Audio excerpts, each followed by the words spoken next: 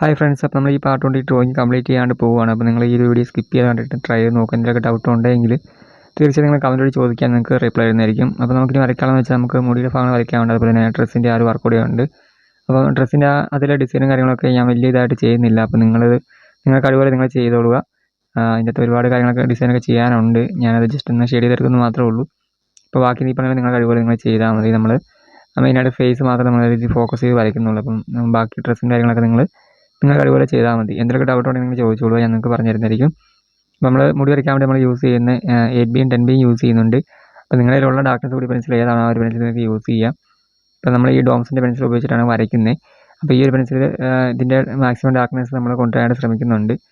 അപ്പോൾ നമ്മൾ ഓരോ പെൻസിലും ഈ പറഞ്ഞാൽ മാറ്റി മാറ്റി വാങ്ങി വരച്ച് നോക്കാറുണ്ടായിരുന്നു. അപ്പം ഓരോന്ന് ഞാൻ പ്ലേലിസ്റ്റ് ആയിട്ട് കൊടുത്തിട്ടുണ്ട്. ഓരോ പെൻസിലിൻ്റെയും ഉപയോഗിച്ച് വരച്ച ഡ്രോയിങ് ഞാൻ പ്ലേലിസ്റ്റ് ആയിട്ട് കൊടുത്തിട്ടുണ്ട്. അപ്പോൾ നിങ്ങൾ പ്ലേലിസ്റ്റ് നോക്കിയിട്ട് അപ്പോൾ അതിലേതാണ് നിങ്ങൾക്ക് ബെറ്റർ പെൻസിൽ ഒന്ന് ആ പെൻസിൽ നിങ്ങൾ വാങ്ങി യൂസ് ചെയ്യാവുന്നതാണ്.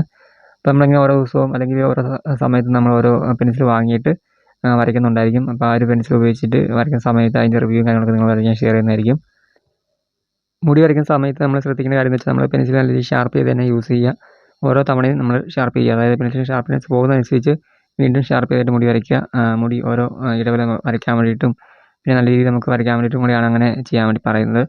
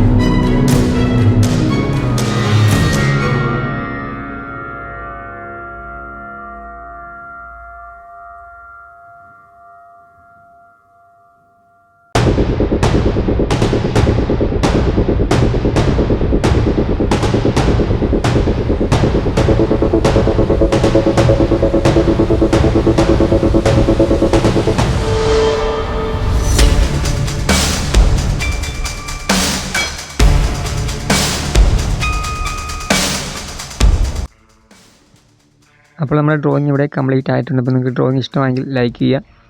നിങ്ങൾക്ക് ഡ്രോയിങ് പഠിക്കാൻ താല്പര്യം ഉണ്ടെങ്കിൽ മറക്കാതെ ഈ ചാനൽ സബ്സ്ക്രൈബ് ചെയ്യുക. ഇനി നിങ്ങളുടെ പരിചയത്തിൽ ആരെങ്കിലും ഡ്രോയിങ് പഠിക്കാൻ ആൾക്കാരുണ്ടെങ്കിൽ അവരിലേക്ക് വീഡിയോ ഒന്ന് ഷെയർ ചെയ്ത് സപ്പോർട്ട് ചെയ്യുക.